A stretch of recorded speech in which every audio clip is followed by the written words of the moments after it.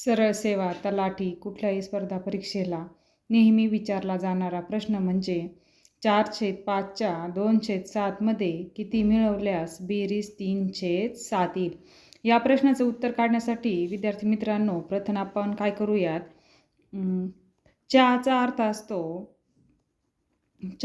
असतो गुणिले, म्हणजे 4/5 गुणिले 2/7. 2/7 यांचा गुणाकार किती? 4 दुने 8 व 5 सते 35.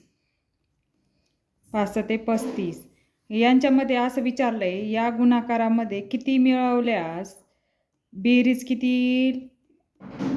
3/7. म्हणजे आपण त्याच्यात x मिळवू आणि त्यांची बेरीज किती येते? 3/7. तर 3/7 आपण x इकडं आहे, हे 8/35 इकडं अधिक आहे, तिकडं गेल्याच्या नंतर वजा होऊन जातील. 3/7 वजा 8/35. आता करूया छेद समान. याला आपण कितीने गुणणार? 3ने.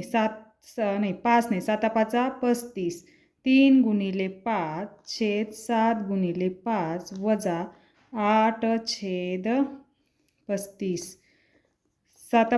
5 त्रिक 15.